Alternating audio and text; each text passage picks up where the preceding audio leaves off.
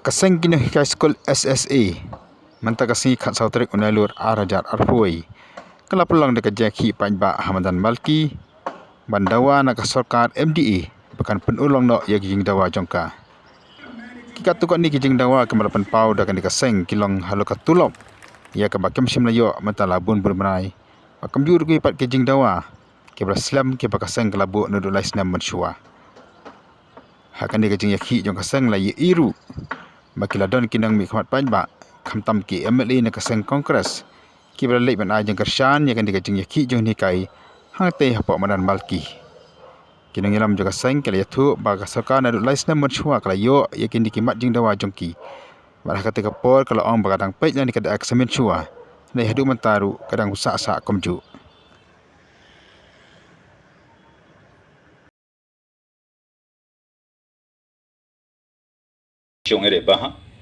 Reba ni muksonga dewan nasimang ni grievances ko nasimang ni nekani ko kenai mat sira na Banginas ngau mo shikadaya kum kino hikai SSA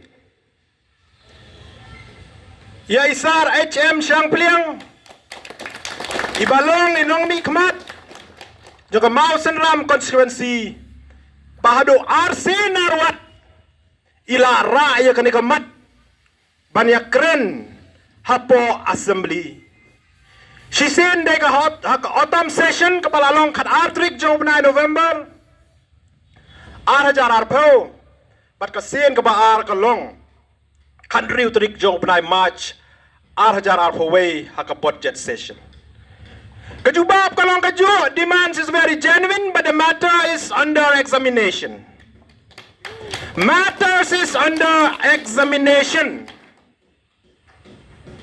Hakabana kaliang Joy Sar Siang Pliang ilaya site na kamanta juga kino hikaya SSA. Yung hoy. Sengaw to ya kacing kerdo pisa jong kagomen.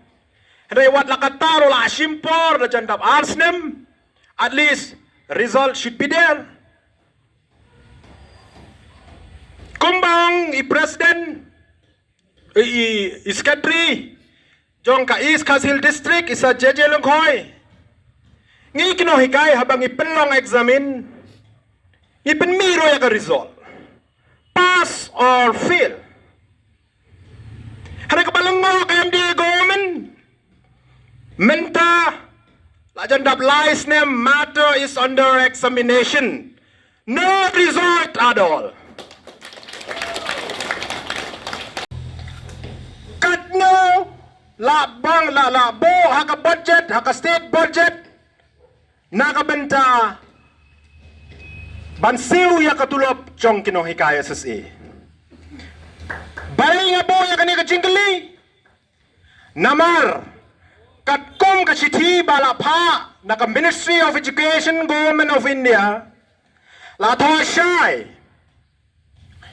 ba kijalla baper hapori India kuntup ya ka Meghalaya kidai ban mangkerpang na kabenta ka SSA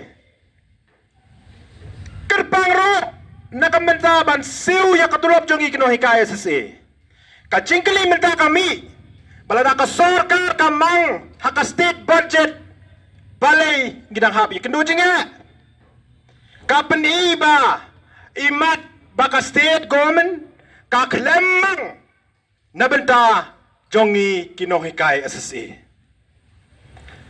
Ngakwa ba Honorable Education Minister Isar Lakman Rumboy da kababuram. We demand the Honorable Chief Minister Sir Conrad Sangma please let us know how much you have sanctioned in the state budget for the salary of SSA teachers.